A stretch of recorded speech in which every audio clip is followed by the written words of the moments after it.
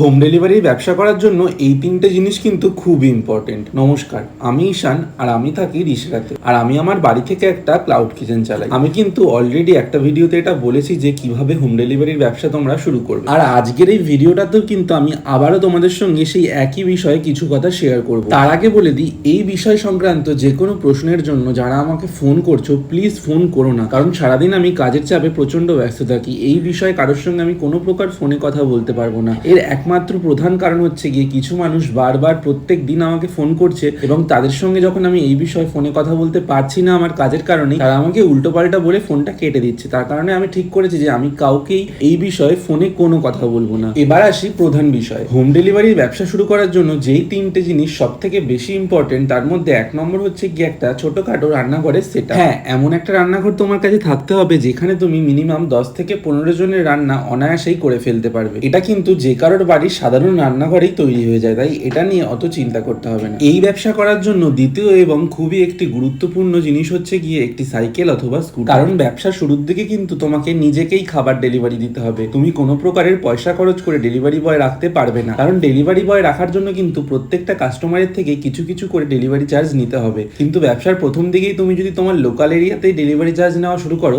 তাহলে কিন্তু তোমার ব্যবসা খুব বেশি গ্রো করবে না। তাই ডেলিভারি চার্জ ছাড়াই যদি তুমি প্রথম দিকে ব্যবসাটা শুরু করো এবং নিজেই সমস্ত খাবারগুলো ডেলিভারি করো, তাহলে কিন্তু তোমার ব্যবসার একটা নাম হবে এবং সবাই কিন্তু তোমার থেকে খাবার নেবে, কারণ ডিসকাউন্টটা কিন্তু সবাই পছন্দ করে। এবার বলবো তৃতীয় এবং সব থেকে ইম্পর্টেন্ট বিষয়টা। এই ব্যবসা শুরু করার জন্য কিন্তু তোমাকে নিজেকে রান্না জানতে হবে। তুমি যদি নিজে রান্না না জানো, তাহলে কিন্তু এই ব্যবসা কখনোই শুরু করতে পারবে না, কারণ ব্যবসার শুরুর দিকে তুমি কোনো প্রকারের রান্নার লোক রাখতে পারবে না। তখন তোমাকে নিজেকেই রান্না করে নিজেকেই ডেলিভারি দিতে হবে। হ্যাঁ, এবার অনেকে ভাবতেই পারে কেন রান্নার লোক অথবা ডেলিভারি বয় রাখবো না। তোমাদের কাছে যদি পুঁজি থাকে রান্নার লোক অথবা ডেলিভারি বয় রাখার জন্য, তবে নিশ্চয়ই রাখো। তবে আজকের আমার এই ভিডিওটা শুধুমাত্র তাদের জন্য যারা খুব কম বাজেটে এরকম একটা ব্যবসা শুরু করতে চায়। মোট কথা, যারা খুব কম টাকা ইনভেস্ট করে একটা মোটামুটি স্টেবল ব্যবসা দাঁড় করাতে চায়, এই ভিডিওটা শুধুমাত্র তাদের জন্য। আর একটা কথা, অনেকেই আমাকে বলছে যে মেনুর প্রাইসটা কিভাবে সেট। দেখো, সেই নিয়ে কিন্তু আমি একটা ডিটেলস ভিডিও তোমাদের সঙ্গে খুব শিগগিরই শেয়ার করব। তাও যাদের খুব তাড়াহুড়ো, যারা ভাবছো এই ব্যবসাটা খুব শিগগিরই শুরু করবে এবং মেনুর প্রাইস সেট কিভাবে করবে, তাদেরকে বলছি তোমরা খুব কম কোয়ান্টিটিতে সেই সমস্ত খাবারগুলো বানাও যেগুলো তোমরা তোমাদের মেনুতে রাখছো, এবং দেখো সেই খাবারটা বানাতে কত টাকা খরচ হচ্ছে তোমার,